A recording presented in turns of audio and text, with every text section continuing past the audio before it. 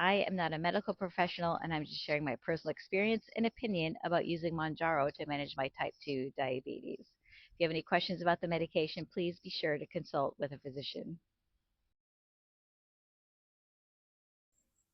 Hey friends, welcome back to the channel. If you're new here, I am Jennifer Huber, also known as Solo Travel Girl, and it's been quite a while since I posted a Mounjaro update, but since June of 2022, I've been using Mounjaro to manage my type 2 diabetes. I documented that every week for, 2 years? Now I'm just touching base on a irregular basis, but this will be a quarterly update. And my goodness, this is my 4 year Mounjaversary. I can't believe it. Now, I was going to record in my living room. However, Radcliffe, who is right here, he wanted to come outside. Radcliffe is my dog if you're new here. So I'm outside here recording this, just maximizing time. I hope you cannot hear that chainsaw in the back. Hopefully, this microphone is picking my voice up over that chainsaw. But, well, the last time I touched base with you about Mounjaro. I was having gastro issues, stomach issues, and my endocrinologist suggested that I use Mounjaro perhaps every 10 days. Well, I was doing that for a while, but the stomach issues went away, and so I am back to using Mounjaro weekly, which I inject on Sundays, so I need to do that today. Oh, I can't believe I forgot to do that. Um, anyway, talking about Mounjaro, it has been just amazing medication helping me manage my type 2 diabetes. I started off with an 8.2 A1C, and I'm going to include a graph here. It does start in July of 2021, and my AC had jumped up to 8.2 in May of 2022. It was, you can see that what it was before that in July of 2021. However, last check, which was earlier this year, my A1C is 5.7, which it is almost back to normal. I did have it at 5.4 and 5.6 before I contracted Lyme disease. So I am getting there. I'm getting close back to a normal A1C, although I should be happy with a 5.7 A1C. Also, weight wise, I have lost over 40 pounds on Mounjaro. I technically lost over 60, but I've gained about 20 back. And that started when I contracted Lyme disease 2 years ago when I went on steroid and some other medications as well. And the last year or so, I've gained less than 10 pounds, but I can still feel it and whatever. But it's just kind of funny because I went up home for a family event um, earlier in June, and people were talking about me, and they said that I looked really healthy and that I look great. And they said that when I was 135 pounds, which was 60 pounds lost on Mounjaro, that I didn't look well, that I didn't look healthy. But now that I'm just over 150 pounds, they say that I look great and healthy. I guess I feel okay, but I had some cute clothing that I bought, and I can't fit into that anymore necessarily. So I am trying to trim down a little bit. I wish you could see Radcliffe right now. He looks so cute. Anyway, also with Mounjaro, I was on a high blood pressure medication, and I have been off that medication for years now because I don't need that medication anymore to help my high blood pressure. My cholesterol, I was looking at my cholesterol numbers. I'll put the chart here, but really, I've been on a statin for many years, and even being on Mounjaro, losing weight and everything, my cholesterol has gone up and down, but really it's still within a healthy range. It started off in a healthy range, it's still in a healthy range. Although I understand as a type 2 diabetic, cholesterol should be lower, but Mounjaro hasn't, or being on Mounjaro really not has not changed um, my cholesterol. I was When I started this journey, I had non-alcoholic fatty liver disease, and that has since been reversed. Now, the funny thing is, when I last saw my endocrinologist, she wanted me to go get another test for non-alcoholic fatty liver disease, and I just have not scheduled that.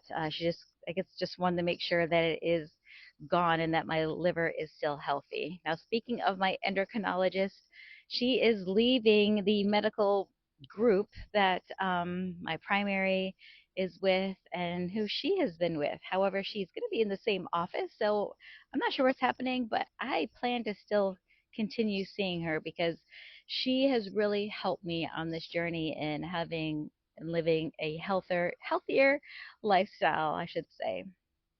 Um, I guess that's all about Mounjaro and just getting you up to date on different numbers, on weight, A1C, blood pressure still good, no non alcoholic fatty liver disease, as best I know. Perhaps that'll change when I take that test. But with all the research that's coming out about Mounjaro, I don't know how much it has helped me that I don't know about. I understand Mounjaro or GLP-1s are Great for Lyme disease and cutting down inflammation. So contracting Lyme disease 2 years into using Mounjaro, I don't know how much it helped me and how much it saved me. I don't know how much it has saved me with mental acuity, so to say. I see research coming out about GLP-1s and the benefits of that. So, health wise, I am dealing with tendonitis. And basically, if you see me out in the wild or other videos wearing red yarn around my wrist, it's not a religious affiliation. I guess a lot of it's folklore, but I believe it. I have been seeing an acupuncturist for over 2 months now to help take care of my tendonitis that's happening in my wrist. He took care of my trigger fingers. I no longer have trigger finger. My fingers don't lock up anymore.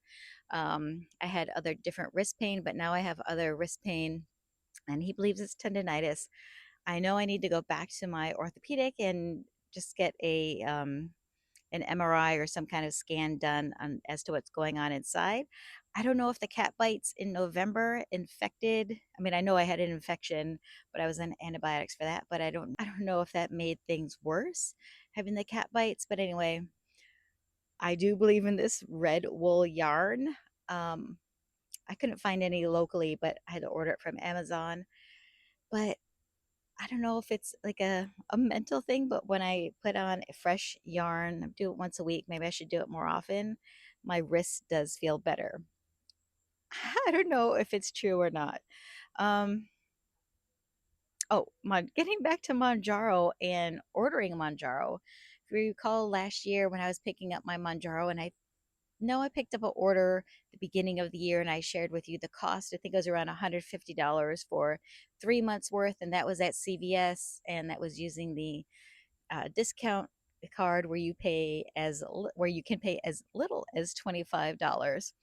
Well, my insurance through work, they have a new manager overseeing um, the prescriptions. And so they sent me a letter. They sent my doctor a letter and basically said that I need to have pre authorization for Mounjaro. They wanted to prove that I really needed the medication. And let me tell you, I was freaking out. I thought they were going to cancel it.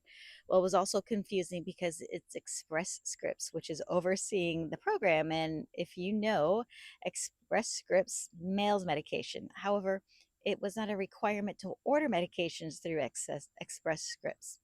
My doctor's office, I couldn't get them on the phone. I had to communicate everything through writing. I sent them the letter. When I sent them the letter, they assumed that I need to place an order or have my medications fulfilled through Express Scripts. Express Scripts is like, we don't do that because it's mail order and we can't ship it. I don't know if that's true, but that's what they told me, that they couldn't do it. But they told me that I needed to go to Publix now where I can get my medication for $25. What? What? So Publix is so on the spot. So the order was sent to Publix. I didn't even go show them the $25 discount card. They just took it upon themselves to add it on there because when I went to go pick up my medication, I went to go show them my discount card. They said, "Oh, we already took care of it." I'm like, "What?" Like they are spot on. Now, if you've been with me on this Manjaro journey since the beginning, you know Publix was the first place I went to fulfill my prescription because CVS didn't have it yet because it was so new on the market. So I'm happy now to be going to Publix. All right, so I guess that's all that's going on. Excuse my long hair. I realized I don't know, a couple months ago that I haven't had my hair cut since January, and that's because my stylist went on maternity leave, and I guess she's not coming back. And I just haven't found a stylist yet that I trust. But I know it's hair, it grows back, but it took many years to get to this. And I know it looking maybe a little shaggy, but it actually, using a GLP-1, I just never imagined how much it could help me take better control of my health and my life. Again, I mentioned all the research, there's more research coming out, and I really haven't found many negatives about using GLP-1. I mean, I know there's the talk of causing cancer in the thyroid, which eventually I'm going to have scanned again. If you've been following along, you know that I did have a biopsy and everything is okay with a lump on my thyroid. But I just can't say enough positive things about Mounjaro and GLP-1s. I'm glad they are more accessible to people who want them, not only for managing their type 2 diabetes, but also for other reasons, also just for losing weight or for heart health or just all the other benefits of a GLP-1. I'm glad that they are becoming more accessible. The price seems still to be a little bit high, but I just think over time that's going to be coming down. All right, my friends. Well, thank you so much for watching. I do appreciate you who've been with me on this journey, whether you started with me 4 years ago or you've joined along along the way, or if you just this is the first time watching, thank you so much for doing so. My bits of advice, as always with Monjaro, is just remember it's your journey and don't compare your journey to my journey or to someone else's journey. It's going to be your journey. If you're on the medication, make sure that you are hydrating more. Force yourself to drink. Make sure that you are cleaning up your eating and specifically focusing on proteins. I know you're probably not going to want to eat, that you're going to go through um, this phase where you're going to have some nauseousness and stomach and gastro discomfort. Just make sure you are putting the good foods, the nutritious foods into your body, especially specifically the proteins.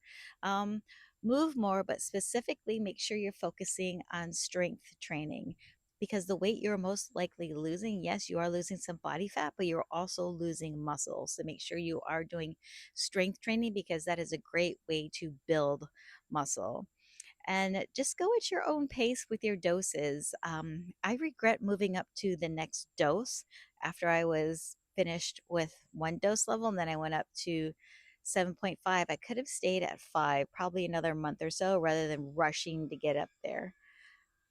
And I guess I didn't mention this, but I am still on the 7.5 dose. I was on 10 milligrams for a few months, but then because of supply issues, I went back to 7.5, and I've been on 7.5 because my physician says it's working for me at 7.5. So it's not necessary to go up to another dose. So we shall see.